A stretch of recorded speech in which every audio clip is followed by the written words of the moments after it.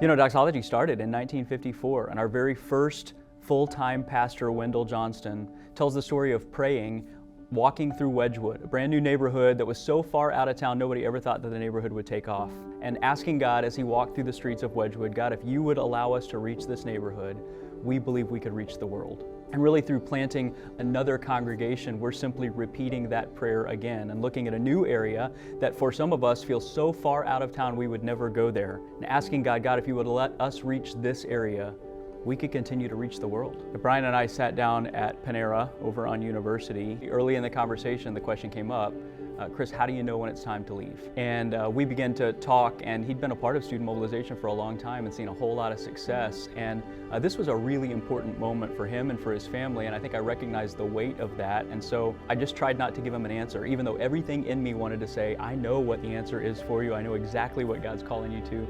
I wanted him to be able to arrive both on the decision to leave and then also on the decision to be sent towards something else.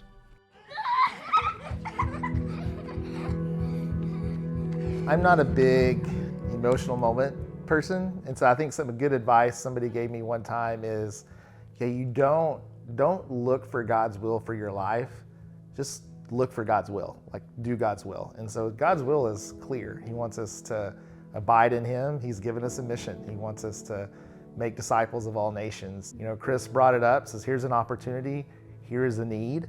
We think you could play this role. And you know, somebody asked, like, why would I not? The reason we decided on Alliance and felt like the Lord was leading us to plant a church here specifically, you know, we are actually both from Oklahoma.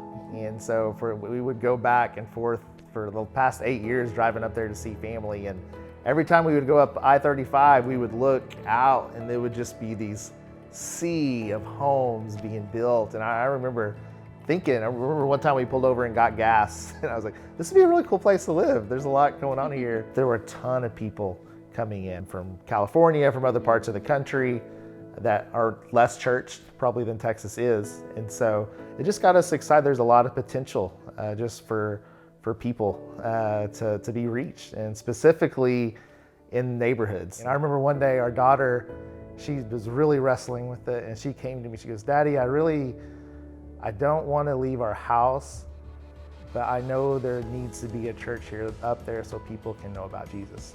And so I'll move. And so I was just like, man, we would have missed out on that. If we wouldn't have taken that risk, that would have been such a missed opportunity for her, even as her 8-year-old heart, to wrestle with this. Like, Jesus is worth it. It's worth giving up things to follow Him. They need to connect with a Christ follower who's praying for them and committed to make a difference in their life. And so that makes all the difference. And so I think that's what's gotten us most excited as we've been here. It's been eye-opening, like how many new people are here that don't know anyone. And don't know Jesus. It's exciting to think about what the Lord can do.